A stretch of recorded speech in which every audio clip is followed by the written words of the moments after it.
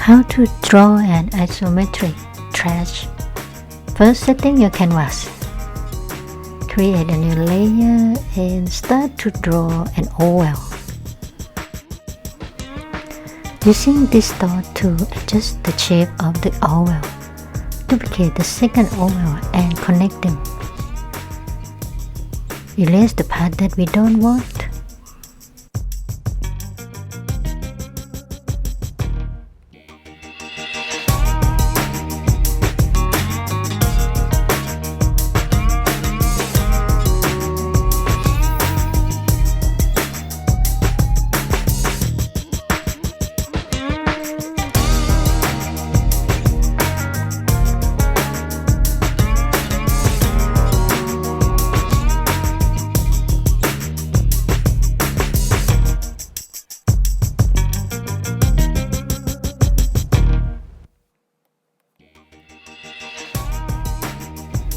It's done.